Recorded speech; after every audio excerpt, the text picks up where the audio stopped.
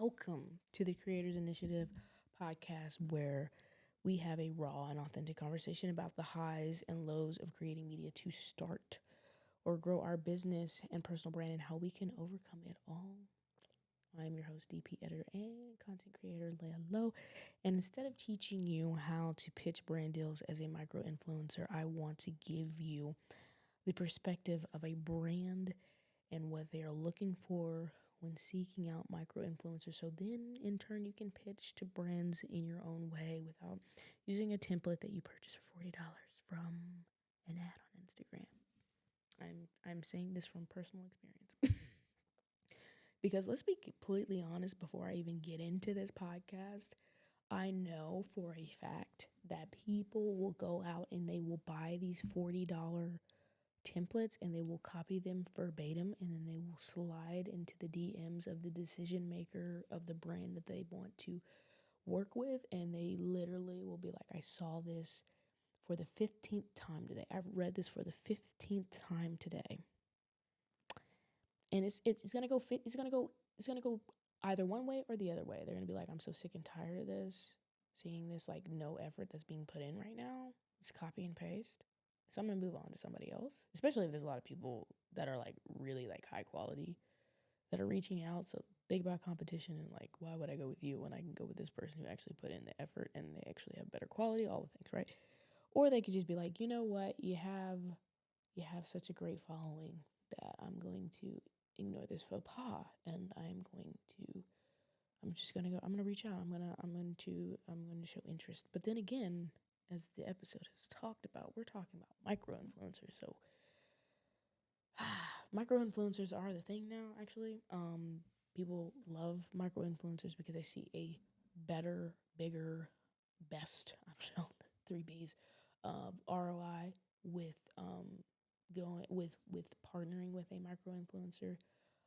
So like I said, 50-50. Either they're like, I saw this like for the 15th million time and I'm fed up and I don't even want to do anything with you, versus a person who put in the effort, or they're not. I don't know. I just really honestly, I'm that person who just don't want to chance it. Like, I'll use Chat GPT to start what I need to write just because I need a second brain right now, because I got to do a bunch of other stuff that I got to deal with. But other than that, like, I'm not copying and pasting just the whole thing. Okay, so just that's my advice. This is what this podcast is for. Just giving you my advice, giving you my 2 cents. Okay, so let's talk about, not like in any specific order, what personal brands or personal brands, sorry, brands are looking for when they want to reach out or work with a micro influencers. So just know that that is not in order. I don't even know if that really mattered, but just in case it did, it doesn't. It's just, these are just the three things that they're looking for in no order. I thought somebody tried to come in here. Y'all saw me jump on the podcast. I'm a scary chick. I'm a scary girl. Okay. So, engagement. So they're going to be looking at the comment section. How many comments are not spam? Because that's important. I love to see posts where there's like 240 comments and darn near about 85% of them are spam. So I'm just like, feel like this person bought a lot of their followers. Just a shot in the dark. And then, are the people in the comment section having a conversation over the post? Because if they are, that means they were paying attention. Now, I want to make a serious caveat here. There's two things they could be doing in the comment section. They could definitely be talking about your post and discussing it, or the second thing they could be doing is just acknowledging that they like saw it, relate to it, whatever. Like, I thought about like a post that I commented on because it was like hilarious, which actually I need to do a 15-minute Tuesday over that one. But was this guy on Instagram that does these like videos about any and everything, but the Kardashian style, like, but it's Kardashian. And I was just cracking up that I had to comment and just be like, the dubstep, the 3 seconds, whatever, like, like, I'm cracking up. Like, I just had to acknowledge this post and how it made my day, and it was really funny. It could be comments like that. So I'm just trying to talk to people who are like me, who are literal, and just like, well, if they're not talking about the post and they're just talking about anything in the comments, does that mean that it's engagement? Like, no, it's engagement. Like, it's engagement. Okay, we just need any and everything that points to the fact that they were actually paying attention to the post, that they actually watched it all the way through. Because let's just be honest, if you're going to take the time to comment, most likely you did watch the post. Like, you did actually engage with it. Because why am I going to waste my time commenting? I got things to do. Okay? And, are the people asking questions and the creator are responding with solutions that satisfies the question that they ask? Because, if you're a tech, page where you help people, assist people, so of course they're in the comment section like, hey, how did you get that look? Or, how do you I don't even know. I'm not even gonna try to sit over here and make up a bunch of stuff on the fly. Just know that from personal experience, there was a guy that I follow, I still do. I was just like, bro, did you color grade this yourself, or do you use a LUTs? Like, what do you do? And he went through the steps of like what he did in the comment section, and I was literally forever grateful. And so things like that. And by the way, that guy actually had a brand deal with Gucci. So there's that. There's that. Which also he is going to be featured in a 15-minute Friday podcast episode. So yeah, and I'm not saying like because of what I said is the reason brands reach out to him, but I'm sure there's other people who like ask really deep questions, and the fact that he answered them and that he like gave more detail and it was satisfying, like just like rewarding to follow him, right? So that's what a brand would be looking for, is that type of engagement. Like, people really, you know, vibe with your content. They really are paying attention to what you post and what you have to say, to even the effect that they are actually going to ask you questions, and then you go as far as answering them to the best of your ability, and they're satisfied and like, oh my goodness, thank you so much. So now they're going to continue to follow you and probably even share your page with other people who are struggling with the same thing. So that's great. So another thing that brands look for is follower count, but not in the way you think, right? So I'm going to be honest with you. I've seen brands partner with creators with 5,000 followers. I don't think I've seen anything lower than that, but I've seen 5,000 because I feel like me, I have 1,200, I think, or do I have 1,500? Maybe I have 15. I don't know. I never paid attention. But these are like friends and family. I've been on the gram since 2012, so there's probably accounts from when we were all mass following each other, follow for follow back in the day in 2013. So probably half these accounts don't even exist or even like use Instagram anymore. So like I feel like usually a brand sees that if like somebody has 12, it's like let's see. But 5,000 is a really good number, and I feel like as a micro influencer, if you're like thinking about pitching yourself for brand deals, if you have 5,000, you're getting there. Like 5,000 is pretty much like, okay, at this point somebody's gonna reach out, or you can reach out. You can try it definitely if you have 12 or 13, but I'm just saying 5,000 has seemed to be like that sweet spot of like, this is the beginning. Let's go put ourselves out there, right? But like I said, I'm not really focused on the number, but yeah, maybe 5,000, but they really are focused on how many followers that are actually real. Because like I said, I started on Instagram back in 2012. So probably a good bit of the accounts that still follow me aren't even on the gram anymore. They don't even use their accounts anymore. So like dead accounts. But I do know I don't have any like spam, so that's nice. But if you have someone who did buy a bunch of followers at one point, or did try to buy followers and try to pitch to a brand deal, and I see a bunch of people from the Philippines, a bunch of people from just any and everywhere, like, come on, bro, come on. It's 2024. I know you bought the followers, right? So we're looking at that, and then also scanning to see not only if they're just random accounts from the Philippines, but if Ann Sue has a private account with 3 followers who follows 3,000 account and has only posted 3 times.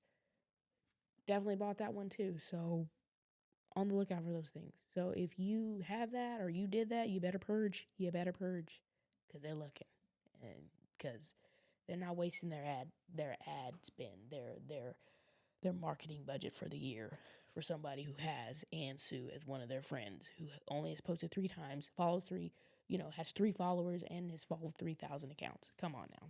Come on now. Okay. And the last thing that they're looking at, probably not the least, but definitely, is content. Okay. So as a micro influencer, are you creating content that serves your following instead of entertaining them?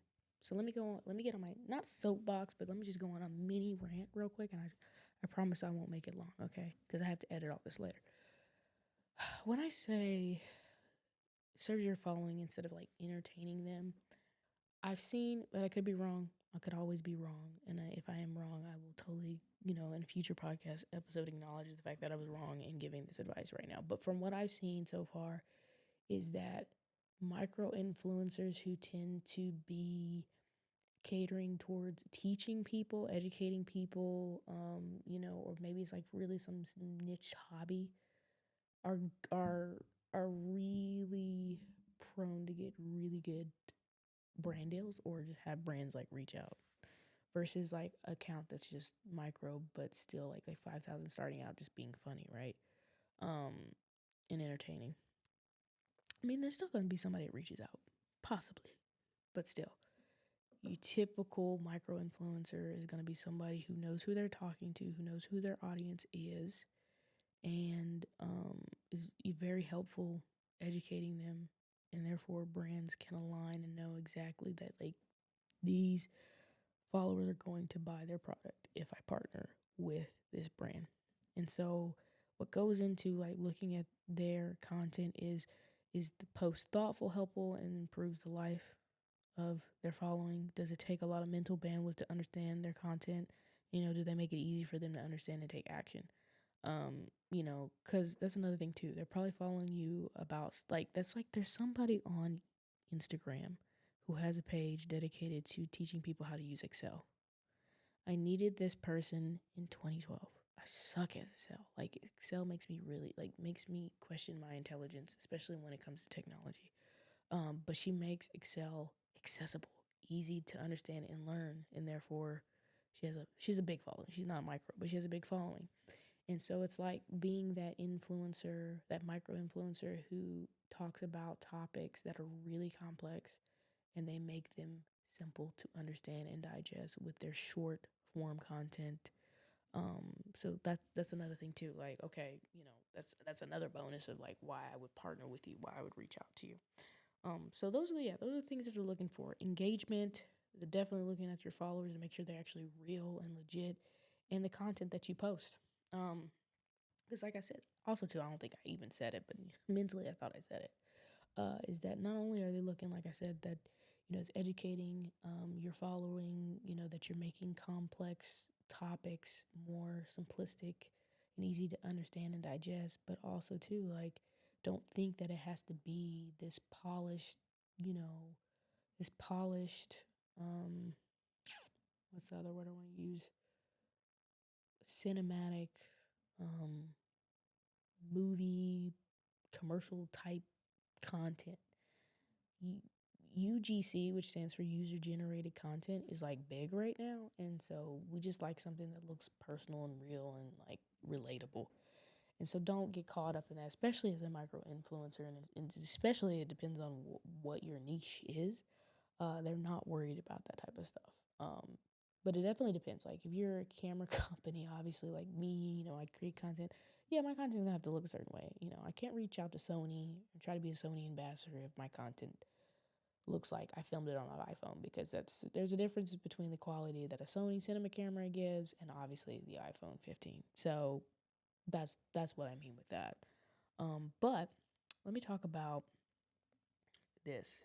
I don't know why I said it like that. I'll probably cut that out. Anyway, now you have an idea of what brands are looking for when they are searching for a micro influencer to promote their product or service. But let me give you an example of what brands I would pitch to in the future that hopefully you can apply to your personal brand. Okay, so for the foreseeable future, my personal brand will be known for teaching content creators how to create content.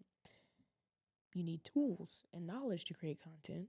So what are these tools and resources that I use and future creators will need? So there's Camera Pro. Of course, if you want to upgrade from a smartphone, but you still could use a smartphone, you might use a DSLR mirrorless camera. So I could talk about brands or pitch to brands like Sony, Canon, Fujifilm, Panasonic, or Nikon. But I'm gonna tell you this right now: I use Sony, so I'm pitching to Sony. We'll never switch. It is what it is. I just love Sony. I am a Sony girl. Lenses, tripods, audio equipment like brands like Rode and Shure microphones and Sonotronics. Editing software like CapCut, iMovie, DaVinci Resolve. Lord have mercy. I got it. Hold on. So it's a tongue twister or word. DaVinci Resolve. Final Cut Pro 10, Adobe Premiere. I even threw in Avid. Don't know why you would be using Avid, but hey, maybe one day you will. And then plugins like Motion VFX, Pixel Film Studios, Motion Array, online subscriptions like Adobe Lightroom, Munch, Autopod, Video.ai, Gleam.ai, Artlist, MusicBed, lighting equipment like brands like Amaran, Aperture, Nanlite, online courses like Skillshare, Patreon, and Masterclass. Yeah, these are a lot of things that I use and definitely content creators in the future will use. And I could reach out to these brands and, pitch a brand deal because number one, I already use them and I know how to use them and I'm teaching other people to use them. So it only makes sense to partner with them in the future. But all these names I mentioned are tools and resources, like I said, I used or have used to create content. And they are tools and resources I would gladly tell others to use and how to use them as well. And so who can best represent and pitch a Ulanzi car mount to their followers than someone who is already using a Ulanzi car mount to film footage in their moving car and taking the time to film B-roll and teach how to set up the car mount. Ulanzi is a camera accessories company, and compared to others, it's not well known outside of hardcore content creators and cinematographers. So it would benefit them greatly to market their product on a small channel to followers who are already there looking for gear to help them make creating content easier and especially on a budget. There's obviously different car mount accessories, but you know, usually what I see on there is, for cinema cameras and stuff like that on sets, and that's not what you need. It's just your beginner or just intermediate content creator. You would need something like Ulanzi and the products that Ulanzi offers. And so it makes sense to be, on a channel like mine, who's trying to teach people where I used to be versus where I am now, which is cinematography, which is, I'm out here buying Dana Dollies for like $3,000. You don't need a Dana Dolly. You need a Pro-Am slider for, where's that sucker at? For $120 to get the job done. And so I'd be pitching stuff like that. You don't need the Dana Dolly, you just need the Pro-Am slider. Here's my final thoughts. Getting ahead of myself. Here's my final thoughts. And if I keep touching this mic with my shirt, I'm going to lose it. Let me chill out now. So brand deals are a symbiotic relationship, whether you are a micro influencer or a household name. The deal has to benefit you both in order for one or the other to reach out and make the pitch. A startup company with eco-friendly diapers is not going to reach out to a tech YouTuber. And Ulanzi, the camera accessories company, is not going to reach out to a new mother of twins. Same goes for a tech YouTuber pitching to a startup company or the mother of twins pitching to Ulanzi because they use their RGB lights in the background of her tummy time videos. Okay, so yeah, she uses the Ulanzi lights in the background during the tummy time videos, but I promise you the mothers that are watching that video could care less about the background and how she lit the scene. Me as a tech, not even a tech YouTuber, but a filmmaker or an aspiring filmmaker would care about that. So I do need to know what lights you use in the background. How can I replicate that look? Send me the links. Let me know where I need to buy. It makes sense. Versus the mother who just, I don't know why she was using that, but hey, more power to you. She wants to make the video look great. They don't care. I just care about tummy time. How does that benefit my child? And I just don't even know what tummy time is. I just heard it somewhere, so I can't even elaborate even further on that. But yeah, we don't care. We do not care. We just care about our child. So if you are a mom and a startup company with eco-friendly diapers reaches out for a brand deal, and your followers have been commenting and sending DMs asking what diapers you recommend that are healthy for the environment and healthy for their kids, you can negotiate the terms and deliverables as well as pay with this new company because your followers are already asking you for advice on what to buy. They will see an immediate ROI if they partner with you, and hopefully they have the capital to partner with you. But still, even if they didn't, I mean that is a no brainer. Having somebody like that's a perfect scenario, honestly.